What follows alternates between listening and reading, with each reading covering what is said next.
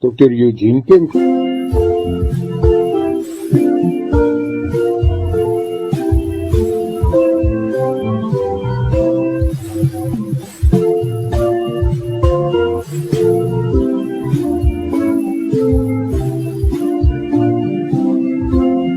Dr. Eugene Kemp, ons rink.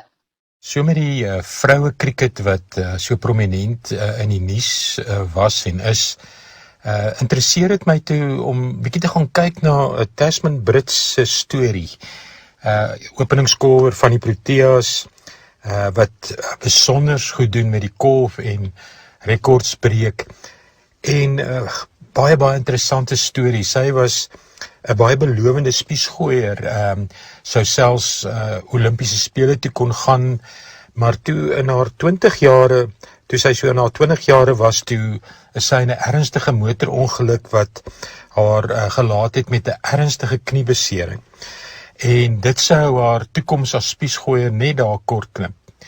Maar dan vertel sy hoe haar storie eintlik 'n donker lyn gevorm het, en hoe uitdagend dit vir haar was om hierdie ou droom en ou identiteit te begrawe en 'n nuwe sy te ontdek, 'n nuwe wie sy eintlik is te ontdek. So begin sy cricket speel en met ander woorde in haar 20 jaar, toe sy in haar 20's was, en sy moes selfs van die tipiese houe wat soos die veeghou, moes sy improviseer, want sy kon nie met haar knie die hou behoorlik speel, maar dit sou haar nie terughou nie. En op 27 word sy vir die eerste keer vir die Proteas gekies, en nou op 35 speel sy die wêreld aan die brand. Besonderse storie, maar iets wat vir my opgeval het was dat mense so maklik sê, as die een deur toegaan, dan maak die Here onmiddellik 'n ander deur oop. Dat die afstand of die tydsverloop tussen hierdie twee deure, die een wat toegaan en die ander een wat oopgaan, is baie keer nogal uitdagend, soos sy dit ook self beleef en beskryf. En tussen hierdie twee deure lê daar baie keer baie worsteling, baie bid, baie volharding, baie diep afhanklik wees en weer opstaan en weer probeer en nie gaan lê en nie isoleer nie.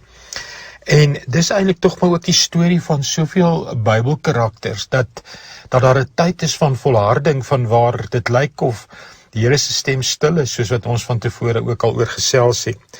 Ek dink aan Moses se 40 jaar woestynreis voor die beloofde land ingegaan is. Ek dink aan Josef wat sy hele reis van die tronk na die paleis ook 'n tydsverloop gehad het en waar dit baie keer donker gelyk het. En die krag vir hierdie reis is nie in myself of in harder probeer nie, maar weer daai diep afhanklikheid om die Here te vertrou vir die krag om daar deur te kan gaan. Verskoon die Engelse aanhaling, maar ergens lees ek, growth isn't always removing limitations. Sometimes it's learning to flourish inside of them. And the Christian story has always insisted that endings are not always endings. Sometimes they are God's way of writing a chapter we never would have chosen, but later cannot imagine living without. Soms is dit wat ons nie kan sien nie, juis God se droom, se nuwe droom. En daai droom is baie keer anders as wat ons dink. Partykeer nie eers so prominent en sensasioneel soos wat ons hoop voor nie. Maar as ons op die plek is waar God wil hê ons moet wees, dan is dit die regte plek en die beste plek. Jy kan die gedeelte weer gaan lees op my Facebook bladsy, kan vir my skryf eugenekemp@me.com.